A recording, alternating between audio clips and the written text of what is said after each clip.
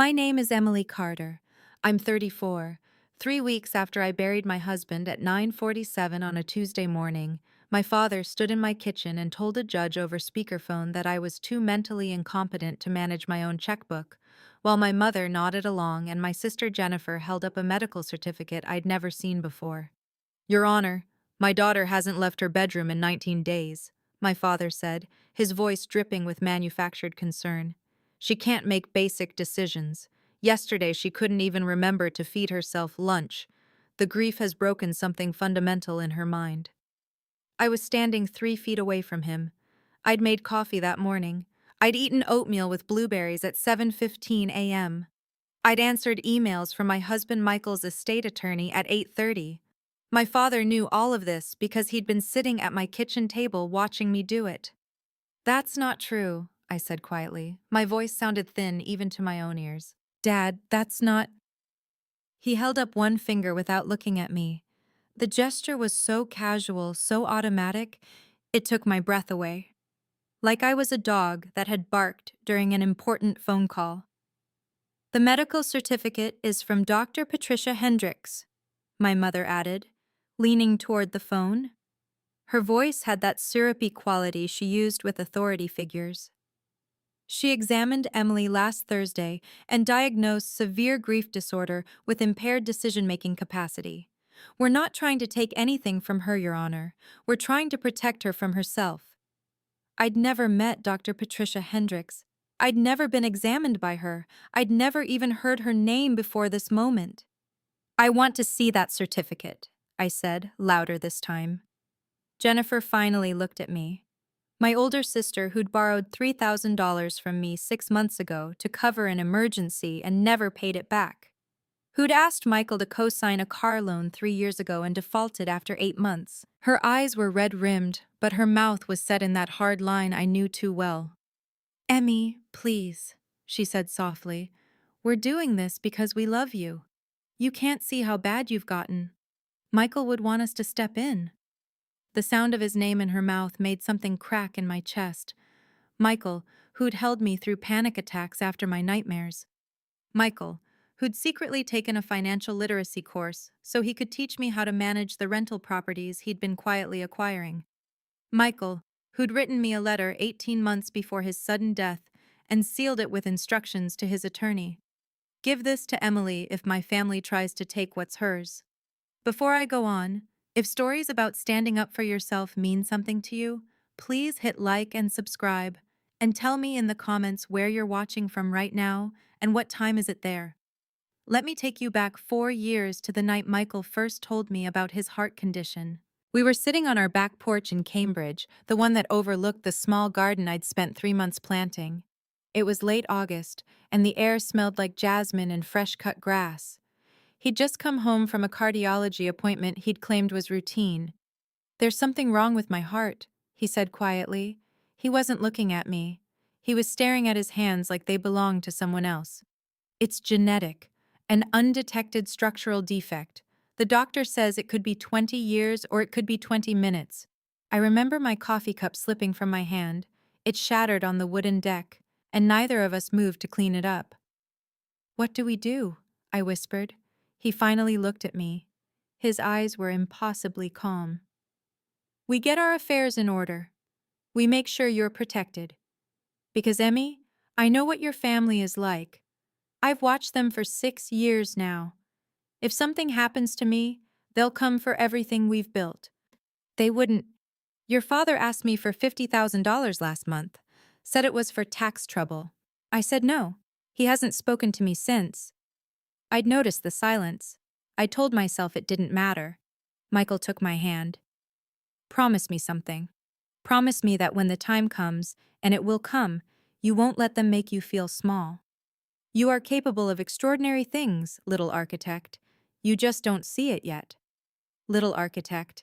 That's what he called me after I'd spent 3 weekends designing and building garden boxes by hand, consulting YouTube videos and measuring twice like my life depended on it. Not because I loved gardening, but because I loved the idea of creating something that would last. The memory dissolved as my father's voice pulled me back to my kitchen, to the speakerphone, to the emergency guardianship petition. We're requesting limited authority over her financial affairs, my father was saying. Just the real estate portfolio and associated accounts. The properties need active management, rent collection, maintenance, tenant issues. Emily can't handle that right now. My stomach went cold. The real estate portfolio. 3 rental apartments generating $8,400 in monthly income. The Cape Cod shore house Michael had bought as a surprise for our 10th anniversary, worth $1.2 million on its own. All properties owned free and clear, no mortgages, no liens. Total value, $4 million. The hearing is scheduled for Monday at 10 a.m., the judge said through the speaker. Mrs. Carter, you'll want legal representation. She can't afford a lawyer right now, my mother interjected smoothly. Michael's life insurance is still in probate, and she has no income. We'll make sure she's cared for, Your Honor. Family takes care of family. The call ended. The kitchen went silent, except for the hum of the refrigerator. My father finally looked at me. His face was composed, almost gentle, which made it worse somehow. This is for the best, Emmy. You'll see that eventually. I'm not incompetent, I said. My hands were shaking. I've been managing those properties for 3 months. The rent gets deposited automatically. I hired a property manager for maintenance. I've been doing everything Michael taught me. Have you? Jennifer stepped closer. She smelled like expensive perfume I knew she couldn't afford. Because the tenants in the Dorchester apartment called me yesterday. They said the heat's been broken for 2 weeks. You didn't even know, did you? I opened my mouth, closed it. I'd received that maintenance request. I'd forwarded it to the property manager the same day. But I couldn't prove that standing here in my kitchen with my entire family staring at me like I was a child who'd forgotten to do her homework. You're coming apart, my mother said softly. She reached out like she was going to touch my face, and I flinched. We can all see it. You're not eating. You're not sleeping. Yesterday when I called, you couldn't remember what day it was. Yesterday was Sunday. You called at 6:18 a.m. and woke me up. See? My mother turned to my father. Her eyes were wet.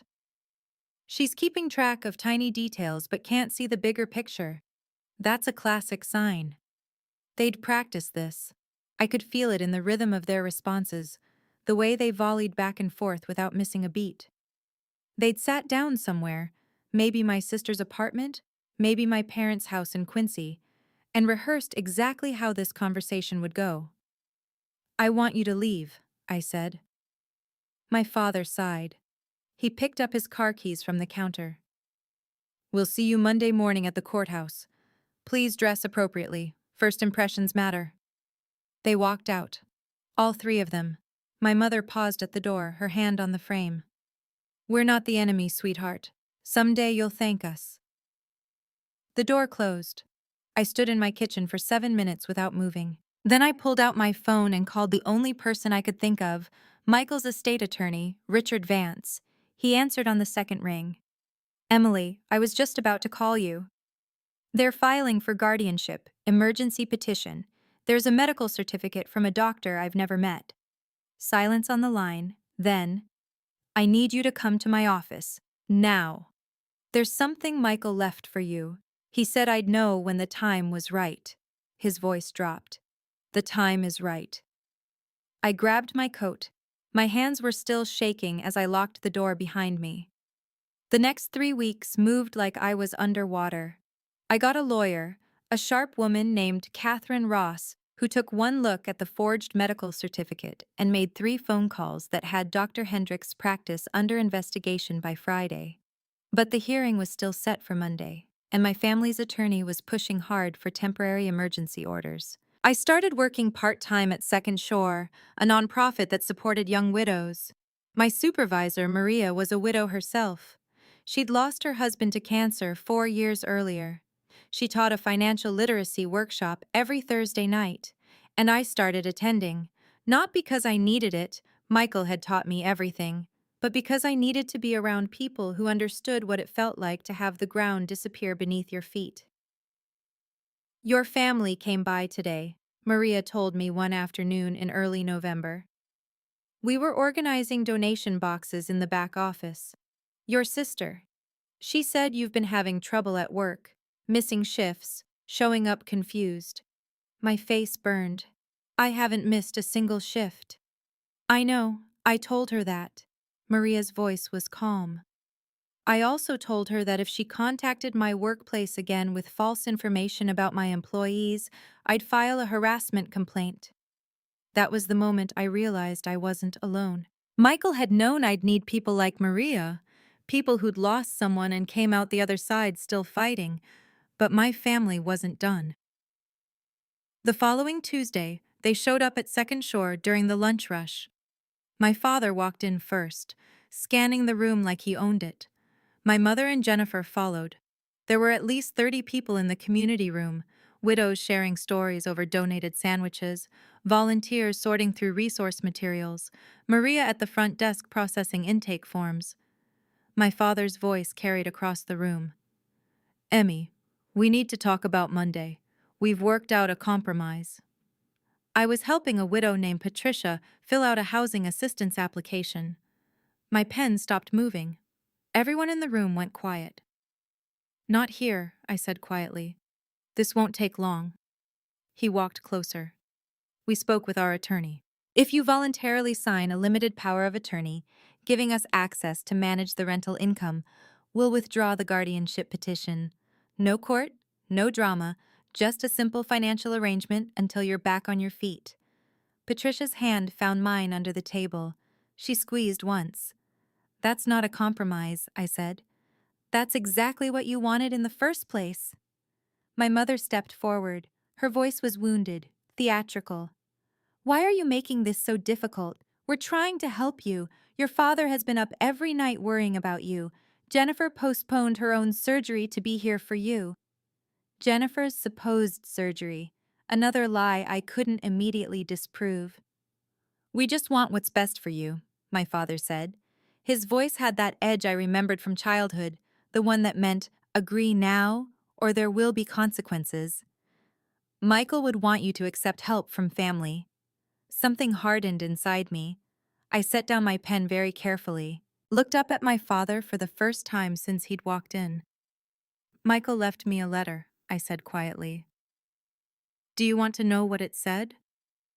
My father's jaw tightened. Just for a second. Just enough for me to see. It said you'd do exactly this. He predicted it down to the month. He knew you'd wait until I was vulnerable, until I was grieving, until I felt too weak to fight back. I stood up. My voice was steady. He also left me proof. Proof of what? Jennifer's voice cracked. Everything. I didn't wait for them to respond. I walked past them, through the community room, into Maria's office. I heard my mother's voice behind me. She's not well. We're so sorry for the disruption. But I didn't turn around. Maria closed the door behind us. What proof? She asked quietly. I pulled out my phone and opened the photo I'd been carrying since my meeting with Richard Vance. Michael's letter. The one he'd sealed 18 months before his death. The one that started with, if you're reading this, then I'm gone, and your family is already trying to take what we built together. He knew, I whispered. He knew all of it. Maria looked at the letter, then at me. What are you going to do? I'm going to let them walk into Monday's hearing thinking they've already won. That Sunday morning, I drove to the family home in Quincy, the white colonial with the black shutters and the rotten iron gate that nobody had fixed in 20 years. My father's Lexus was in the driveway, my mother's Acura, Jennifer's Honda with the dented passenger door. I sat in my car for 3 minutes watching the house. Then I took a breath and walked to the door. My mother answered. She looked surprised. Emmy, we weren't expecting you until tomorrow. Can I come in? She hesitated, then stepped aside. The house smelled like coffee and something baking, cinnamon rolls. My mother's signature move for difficult conversations, Feed them something sweet, and they'll forget you're about to destroy their life. My father and Jennifer were at the kitchen table, maps and documents spread between them. They looked up when I walked in, and something passed between them. A look, a warning. I wanted to talk before tomorrow, I said. Before court. My father gestured to an empty chair. We're listening. I sat down. The documents on the table were financial statements, highlighted sections, tax documents, property deeds. They'd been planning this for a while. I know you're in debt, I said quietly. Dad, you took out a $320,000 second mortgage 5 years ago. Mom co-signed. You missed 3 payments last year. There's a $95,000 tax lien on the house. Jennifer, you have $180,000 in credit card debt. 3 collection agencies have filed judgments against you. The kitchen went silent. My mother's face drained of color. Jennifer's mouth opened, but nothing came out. How did you... My father started. Michael knew. He hired an investigator 2 years ago. He wanted to understand why you kept asking us for money, why the amounts kept getting bigger, why you got angry when we said no. My father stood up. His chair scraped against the floor. You had us investigated? Michael did, because he knew this day would come. I pulled out my phone, set it on the table. He also recorded every conversation where you asked him for money, every loan request, every promise to pay it back, every threat when he refused. That's illegal, Jennifer hissed. Massachusetts is a one-party consent state. Michael was a party to those conversations. It's completely legal. My mother pressed her hands to her face. We never threatened. March 15th, 2023. Dad told Michael that family abandonment has consequences, that people remember who helped them and who turned their back. That doors close permanently. I looked at my father. Michael recorded that conversation. The full 43 minutes. My father's face had gone red. This is ridiculous. You're twisting everything. We're your family. We've supported you your whole life. You're $600,000 in debt. Combined. That's not supporting anyone. That's drowning. And you saw Michael's death as the life raft. How dare you? The properties generate $8,400 a month. You planned to redirect that income to yourselves. You forged a medical certificate to prove I was incompetent. You convinced a doctor to sign a document without ever examining me. That's fraud. That's identity theft. That's attempted theft by deception. Jennifer slammed her hand on the table. We were trying to help you. You couldn't even function. Someone had to take charge. I completed a 3-month property management course in October. I've collected rent on time every month. I've handled 2 maintenance emergencies and 1 tenant dispute. I filed all required tax documents. I hired a licensed property manager. I looked at each of them. I have documentation for everything, time-stamped, witnessed, notarized.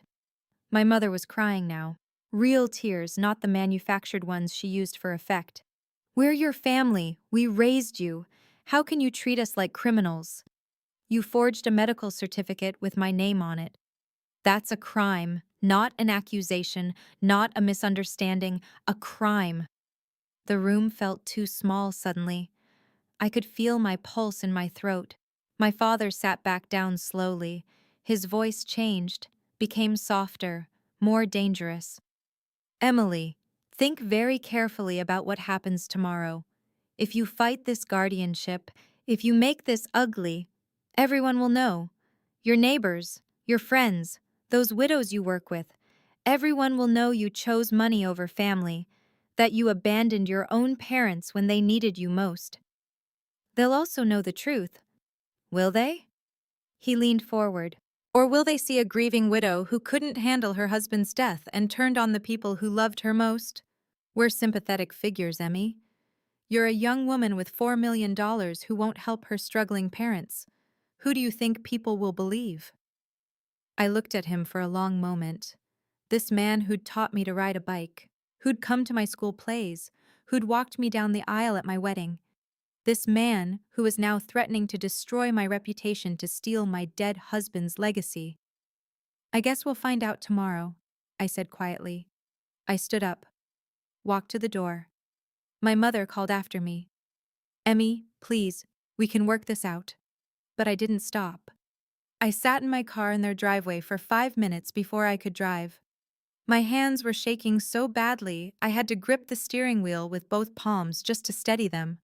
Then I pulled out my phone, opened the voice recording app, the same app that had been running in my jacket pocket since I walked through their door 20 minutes ago.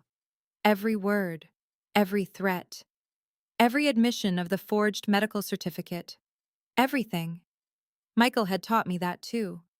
Always have proof. Always document everything. Always be 3 steps ahead. That night, I couldn't sleep. I kept thinking about Michael's letter. The one Richard Vance had given me in his office 3 weeks ago. I'd read it so many times I'd memorized every word, but I pulled it out again at 2 a.m. and read it by the light of my phone. The letter was on Michael's personal stationery. His handwriting, small and precise, slightly slanted to the right. Dear Emmy, if you're reading this, then I'm gone, and your family is already doing what I knew they would do. They're questioning your competence. They're saying you need help. They're positioning themselves as your protectors while trying to take everything we built. I'm sorry I couldn't stop this while I was alive. I tried. I spoke to your father 3 times about his debt. I offered to help him find a financial counselor. He refused. He only wanted money. Your mother and Jennifer are the same. They see love as a transaction, and right now, you're worth $4 million to them. Do you remember the night I called you my little architect? You'd just finished those garden boxes. You were covered in sawdust and wood stain, and you had this look on your face. Pure satisfaction. You built something that mattered. You created something beautiful from raw materials and YouTube videos and sheer stubborn determination. That's who you are. Not the woman they tell you you are. Not the helpless widow who can't manage her own life. You are capable of extraordinary things. The original trust documents are with my attorney, Richard Vance. His office is at 847 Tremont Street in Boston. The copy I've left you here is complete, fully legal, properly witnessed, impossible to contest.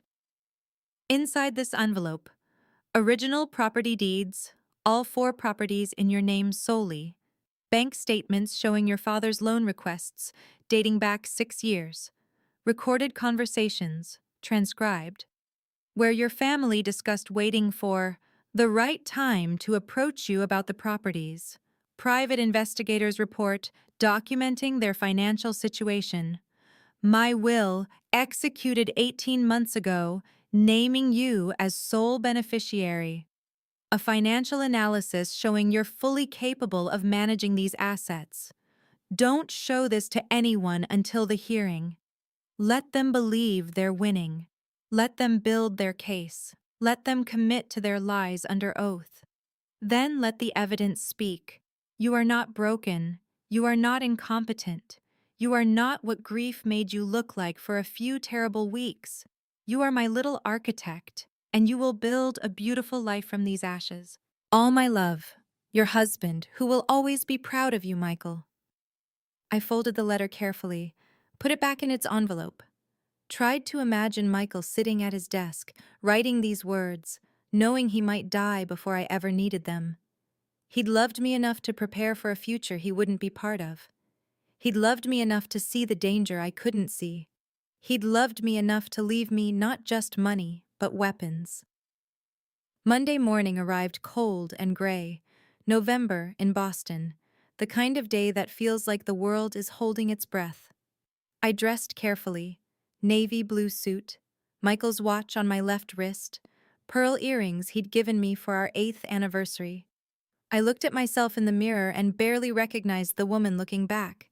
She looked strong, composed, ready. Catherine Ross met me outside the courthouse at 9:30 a.m. She had 2 banker's boxes with her. Everything's organized by tab, financial records, property documents, the recordings, the investigator's report. medical statements from your actual doctors, work attendance records from Second Shore. We have enough evidence to bury them.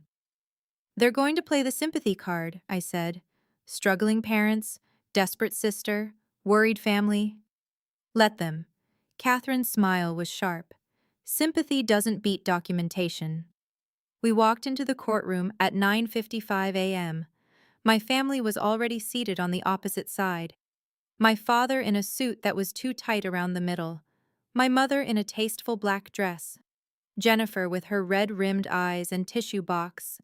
Their attorney, a man named Donald Pierce, looked confident, almost bored. The judge entered. The Honorable Martha Castellanos. Gray-haired, sharp-eyed, no-nonsense reputation. She'd been on the bench for 26 years. We're here on an emergency petition for limited guardianship, she said, looking at her notes. Mr. and Mrs. Thompson, you're the petitioners? My father stood. Yes, Your Honor. We're seeking limited guardianship over our daughter's financial affairs. She's been unable to manage her late husband's estate due to severe psychological impairment from grief. I have a medical certificate here from Dr. Patricia Hendricks, Judge Castellano said. She was reading something. It says she examined Mrs. Carter on November 3rd and found her to be suffering from severe grief disorder with compromised decision-making ability. That's correct, Your Honor, Donald Pierce said smoothly. The family has been attempting to help Mrs. Carter for weeks, but her condition has deteriorated. They're concerned she'll make financial decisions that will jeopardize her future security. Mrs. Carter, the judge looked at me. Do you have legal representation? Catherine stood. Catherine Ross, Your Honor, representing Emily Carter. We're opposing the petition and have evidence that the medical certificate is fraudulent. The courtroom went very still. Fraudulent? Judge Castellanos' eyebrows went up. Dr. Hendricks never examined Mrs. Carter. We have a sworn affidavit from Dr. Hendricks stating she signed the certificate based on a phone consultation with Mr. Thompson, who claimed to be calling on behalf of a family member. She never met Mrs. Carter, never conducted an examination, never diagnosed her with any condition. My father's attorney was on his feet. Your Honor, this is— I'm not finished, Catherine said. Her voice was ice. We also have medical records from Mrs. Carter's actual physicians. Dr. Sarah Kim, her primary care provider, examined her 2 weeks ago, found her physically and mentally healthy. Dr. James Morrison, grief counselor, has been meeting with her weekly. His professional opinion is that she's processing grief in a completely normal, healthy manner. Both doctors will testify if needed. Judge Castellanos was looking at my father now. Her expression had changed. Mr. Thompson, did you speak with Dr. Hendricks? My father's face was red. I was concerned about my daughter. I described her symptoms. Dr. Hendricks said it sounded like severe grief disorder. Did you tell Dr. Hendricks you were calling on behalf of your daughter, using your daughter's information to obtain a medical certificate for a legal proceeding? Silence.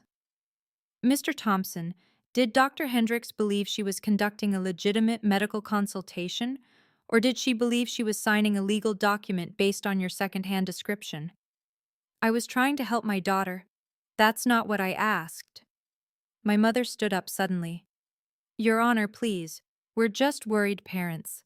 Emily hasn't been herself since Michael died. She sits alone in that house. She doesn't return calls. We found her in the same clothes 3 days in a row. We're terrified she's going to lose everything Michael left her because she can't manage it. Catherine opened her first box, pulled out a folder. Your Honor, I have Mrs. Carter's complete work attendance records from Second Shore, a nonprofit where she's been employed part-time for the past 2 months. Perfect attendance, excellent performance reviews, letters of recommendation from her supervisor. She pulled out another folder. I have bank statements showing Mrs. Carter has been managing all property finances independently. Rent collection, maintenance expenses, property taxes, everything paid on time. Everything documented. Another folder. I have completion certificates from a 3-month property management course. Proof of licensed property manager hired for maintenance oversight.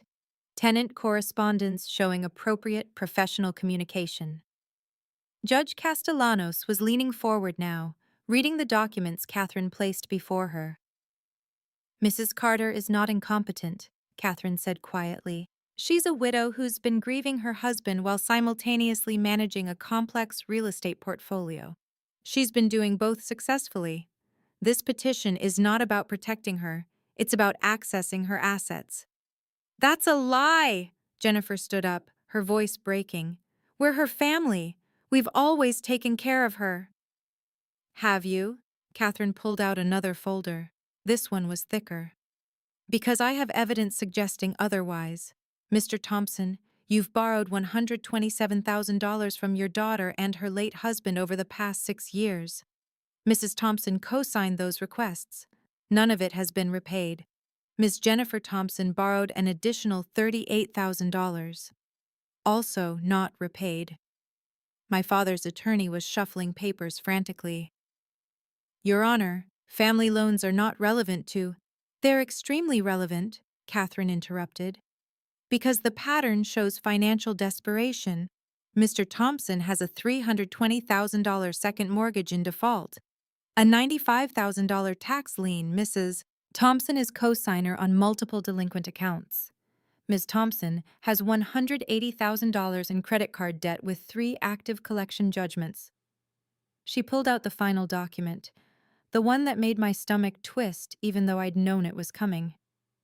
And I have recorded conversations, fully legal under Massachusetts one-party consent law, where Mr. Thompson discusses his plan to get control of the properties after Michael's death, where he tells Michael, and I quote, family abandonment has consequences, where he explicitly threatens to make Emily's life difficult if she doesn't cooperate with his financial requests.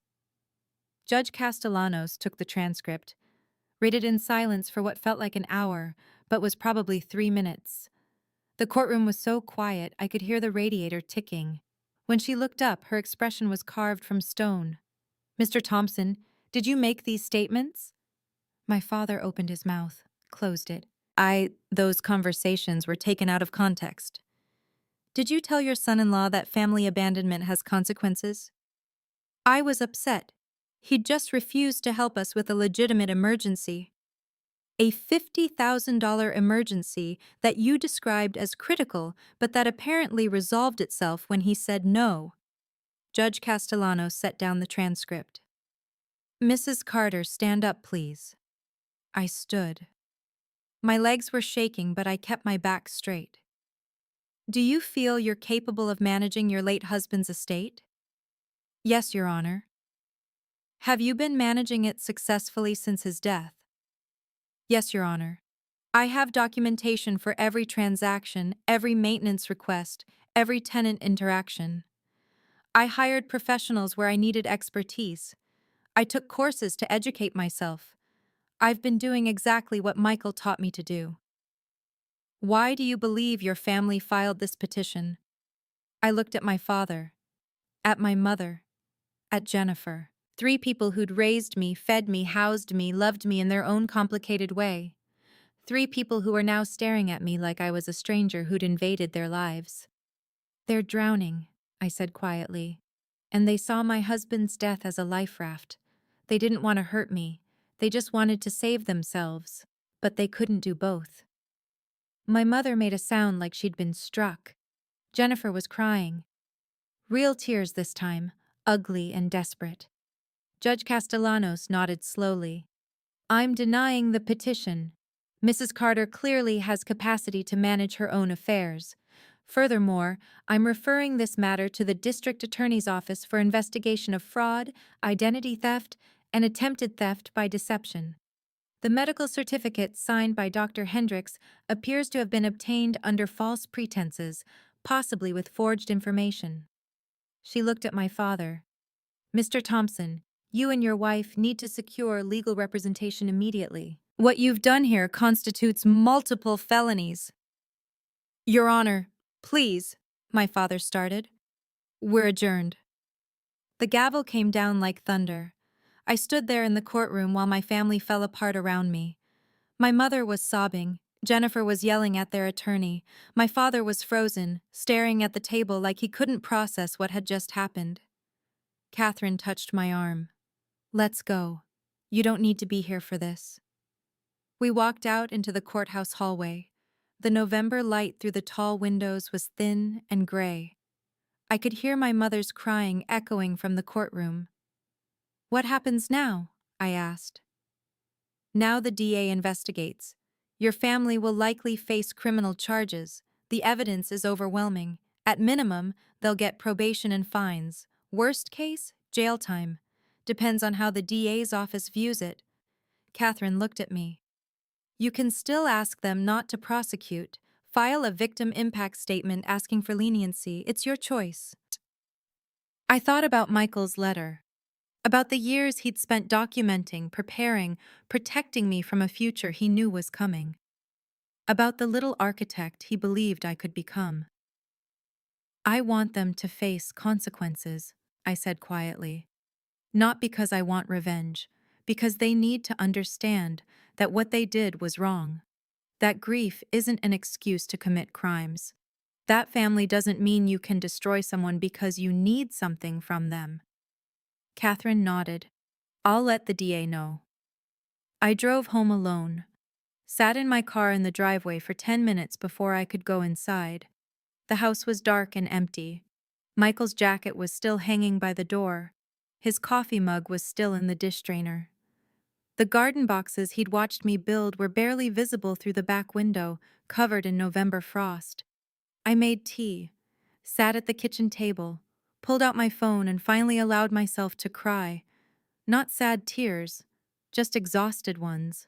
The kind that come when you've been holding yourself together for so long that the relief of letting go feels like falling.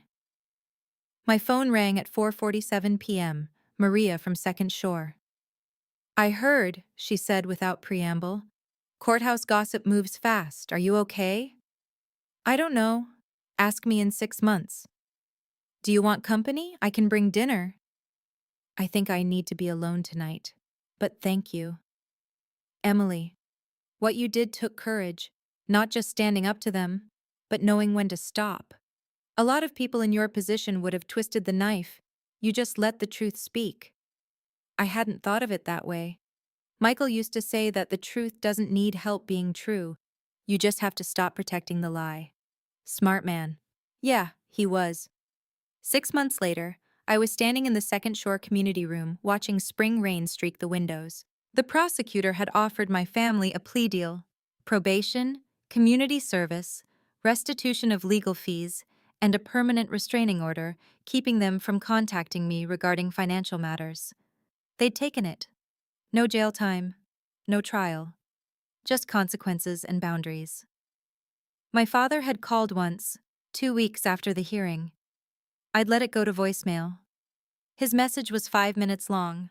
It started with anger. "How could you do this to us? We're your family, you've destroyed us," and ended with something that might have been an apology or might have been manipulation. I deleted it without listening to the whole thing. Jennifer had sent an email, 3 paragraphs about how she never meant to hurt me, how she was getting help for her spending, how she hoped someday I'd forgive her. I'd read it twice, then archived it. Maybe someday I'd respond. Maybe I wouldn't. The choice was mine now. My mother was the only one I'd spoken to. One phone call in March. She'd asked if we could meet for coffee. I'd said no. She'd asked if I hated her. I'd said no. She'd asked what I felt. I'd said distant, and that was true. She felt like someone I used to know very well who'd become a stranger. Now I was managing the properties myself, with help from the licensed property manager Michael had vetted before his death. The rental income covered my living expenses with enough left over to save. I was taking classes: business management, accounting, real estate law, building something new from the foundation Michael had left me. The door opened behind me.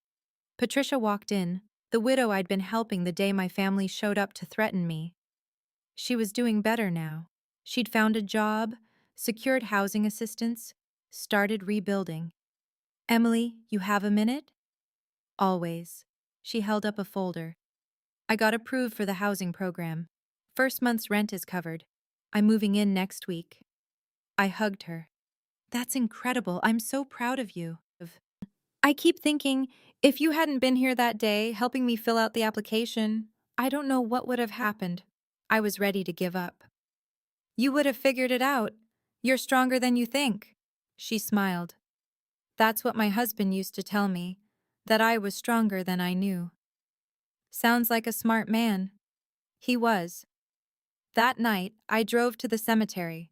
I hadn't been since the funeral. Couldn't face it until now. Michael's grave was in a quiet corner under an oak tree. The grass had grown in over the dirt.